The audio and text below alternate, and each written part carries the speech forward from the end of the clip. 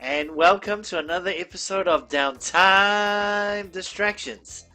Today you're joining Mung Beans, and we're gonna look at Bridge Constructor Stunts. This is what we call in Downtime Distractions a first look review. Now, we at Downtime Distractions just want to clarify this because this is not considered a full review. The reason it's not a full review is because we haven't finished the game to really give you guys a full review, a full rundown of what the game's all about.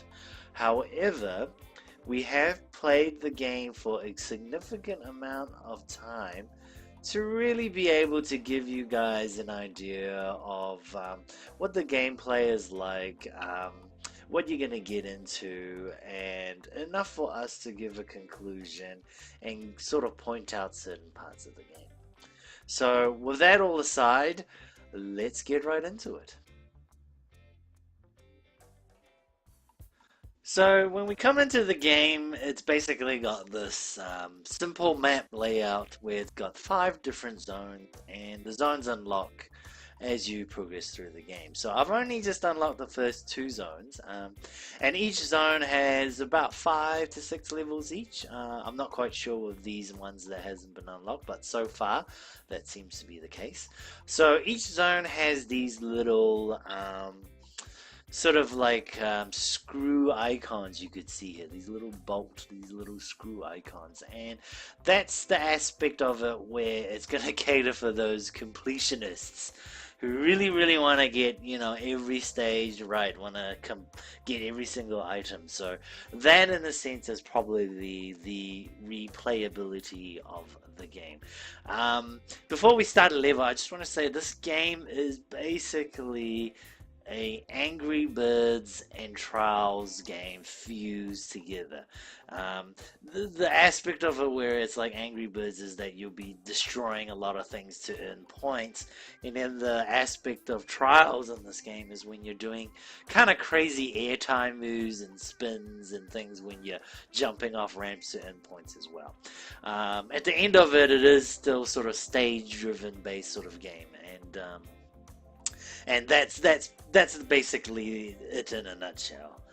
So let's try the first stage so I can show you guys what it's all about.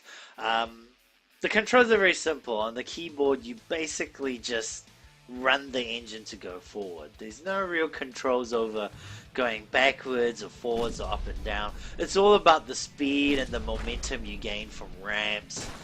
Sometimes you need to slow down a little bit to get less whoa, and you can do crazy like turns like that to be able to pass the stage. And so you reach to the end, you get the flag, you pass the goal, and you pass the stage. Now, once you pass the stage, you can drive again. You can redo it again so that you can get a perfect high score, or if you've missed one of those little screw icon things that you're supposed to get in the stage, you can do it again to attempt to try and get that little screw icon on the stage. So that is the basic premise of this whole game, but there's actually more to it, and I'll be talking about that next when we talk about the building aspect of the game.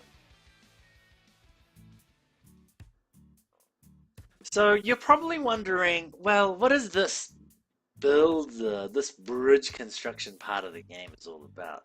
Well, this is it really.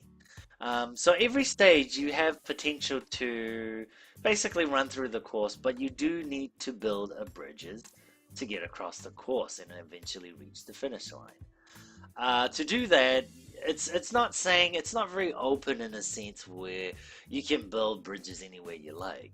So the puzzle element of the game is that there are certain points on the map that you won't be able to build a bridge on. And you can only build bridge off things from these little sort of dummy looking, crash test dummy kind of looking icons here. So you can only build bridges off those. And you can't build any bridges across these red zones here. So it does get a little bit tricky, and you do eventually have to slowly understand your map and what you want to do, and eventually, click and create bridges like this. And so the controls for building the bridges is using the mouse, and I'm assuming that on a phone or on an iPad device, you're probably just going to touch the little areas here. So the thing is about this construction is that you don't just build a bridge out of nowhere in the middle of nowhere like this, because when you run this gravity simulator, you will see that the bridge is going to fall and collapse. So the idea of the game is that it does have a sense of sort of like a bridge simulator. You need to think about how you're going to build the bridge by reinforcing the bottom and making it a little bit more stable. Kind of something like this. I'm sort of just roughing it out to show you guys so that when you do to run the simulator, it won't collapse that badly. In my case, it's doing a horrible job. But that's the thing. So these bridges here is what I've constructed here. As you can see, it's a little bit more reinforced, and so it's more stable, and so that when you go into car mode, you can eventually drive through the bridge and try to get across to the other side, hopefully in one piece, but not for me in this case. Woohoo! Kablooey! So over the course of the game, you will be going, for each stage, you will be going back and forth, creating these bridges, trying to get these green stars here, and trying to collect these little screw icons. This part of the game is actually quite fun. It's a little bit frustrating at times because sometimes the precision of the getting the ramp right on the bridges is quite precise. You have to really do a lot of trial error to be able to understand the momentum you can get with the bridges. But besides that, it's actually a nice little twist to the game, and it's really fun. Really, really crazy too, if you can get the bridges working and trying to get these things in. And I think if the more you play, the more you probably understand the physics of the game, and you'll be able to propel your guy like a few hundred meters into the air and do crazy flips and things before landing onto the little before passing this sort of goal flag past the stage. So that's pretty much in a nutshell what the whole construction aspect of the game is. You can eventually save a video and upload it to YouTube to show your friends. You can trash the whole thing. You can undo changes and stuff. And yeah, that's pretty much the construction aspect of it. Very simple, but very enjoyable. A little bit frustrating at times, but I think it's okay. So, to conclude this first play review video, I've just got a few things to say. I do really like this game. This game is very, very cool. It's very simple, very basic. The graphics are not anything revolutionary. The music isn't anything revolutionary. It is nice though. It's not an annoying thing that's running in the background. Upon first look at this game, I really did feel it was like a direct port of the game from a mobile device or for a tablet device. And I gotta admit, the way the layout of the game, the controls and everything is definitely catered for that. But it is a very, very good port for the PC. The mouse controls work well with the buttons there, along with the keyboards and everything like that. So, all in all, Clockstone did make a pretty good game, and it is good to know that when studios do make a port from either a console game or from a mobile device, that they do a good job, and I think Clockstone did do a good job. The bridge construction aspect of it was very, very fun. I really did like that. There were definitely some points in the stages where it was not very obvious what kind of bridge you were supposed to construct. Initially, it would seem obvious. You would see it and go, okay, so I need to make a ramp here, and then I need to make a bridge there. But then when you just do the standard and you run your truck through, you realize that it doesn't work. And then there's a lot of back and forth and getting the bridge at a precise angle to build momentum. So in many ways, that's probably a little bit too precise for my taste. It's probably fine for other players.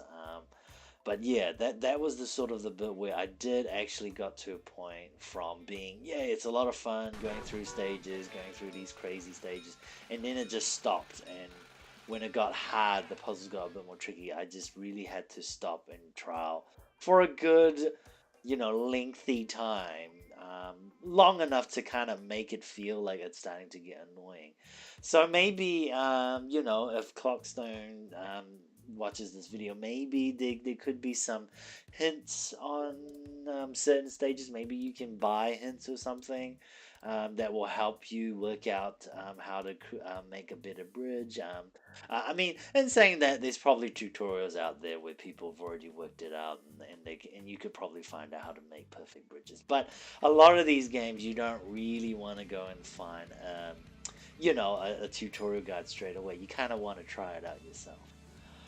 So all in all, definitely a game worth trying. If you've played Angry Birds or Trials, I think you will kind of like this game. Definitely, it's not as great as those games if we were to compare, but it will definitely fill that void if you've already finished those two type of games.